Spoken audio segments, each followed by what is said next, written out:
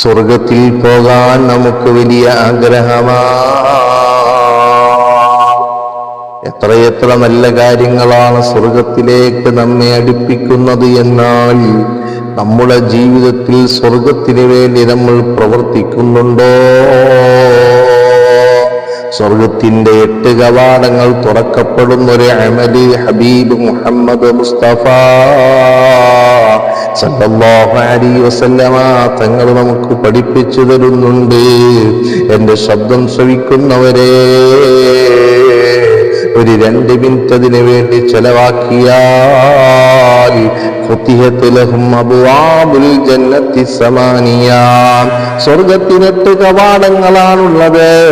ആ 8 കവാടങ്ങളിൽ മിൻ അയ്യിഹാ ശാഅ, മുത്തുനബി സല്ലല്ലാഹു അലൈഹി വസല്ലമ തങ്ങൾ പറയുകയാണ്, ഏത് കവാടത്തിലൂടെ വേണമെങ്കിലും നിനക്ക് സ്വർഗത്തിൽ കടക്കാം. ആ 8 കവാടങ്ങളും തുറക്കുന്നത് നിനക്കാണ്. അതിന് നീ ചെയ്യേണ്ടതെന്താണ്, ചൊല്ലേണ്ടതെന്താണ്? ഹബീബായ നബി സല്ലല്ലാഹു അലൈഹി വസല്ലമ തങ്ങൾ പറയുകയാണ്, സഹീഹായ ഹദീസ് അല്ലയോ, ഏത് സമയത്തും നമുക്ക് ചെയ്യാൻ കഴിയുന്ന കാര്യമല്ലയോ? പക്ഷേ ഞാനും നിങ്ങളും അത് മറന്നു പോവുകയാണ്.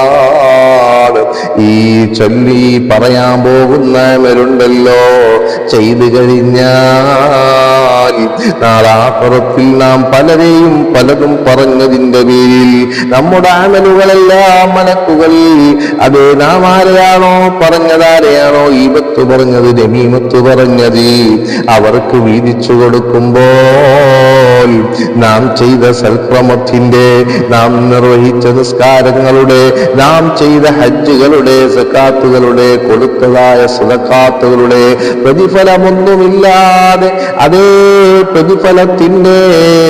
പ്രതിഫലത്തിന്റെ സഞ്ചികാരിയായി നിൽക്കുമ്പോഴതാ ഒരു മലക്ക് വിളിച്ചു പറയുമത്രേ,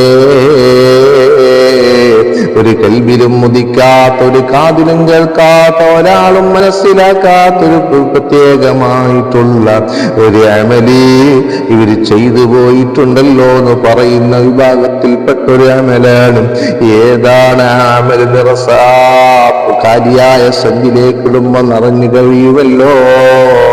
അത്രയും മഹത്വമുള്ള ഒരാൾക്കും കൊണ്ടുപോകാൻ കഴിയാത്ത അമലാണ് വുളൂഇന് ശേഷമുള്ള ദുആ. അല്ലാഹുമ്മ ഇജ്അൽനീ മിനത് തവ്വാബീൻ എന്ന് തുടങ്ങുന്ന ദുആ. ആ ദുആ ചെയ്യണേ, ചൊല്ലണേ.